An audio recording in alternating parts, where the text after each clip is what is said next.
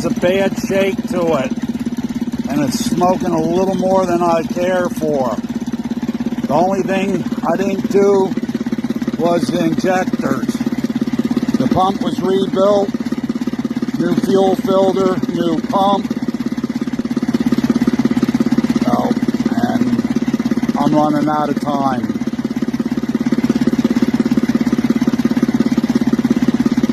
Other than that, everything works. Or maybe I don't know, maybe I messed up with the timing. I don't know.